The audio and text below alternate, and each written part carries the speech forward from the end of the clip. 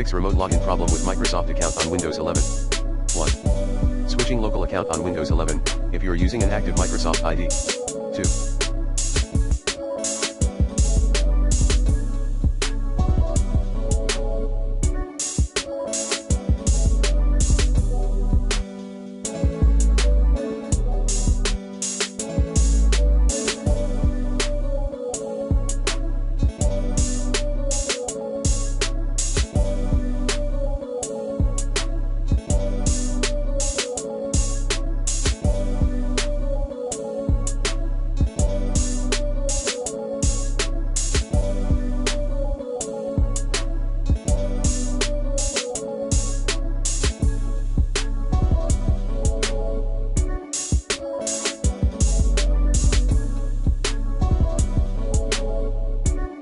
Creating local account on Windows 11.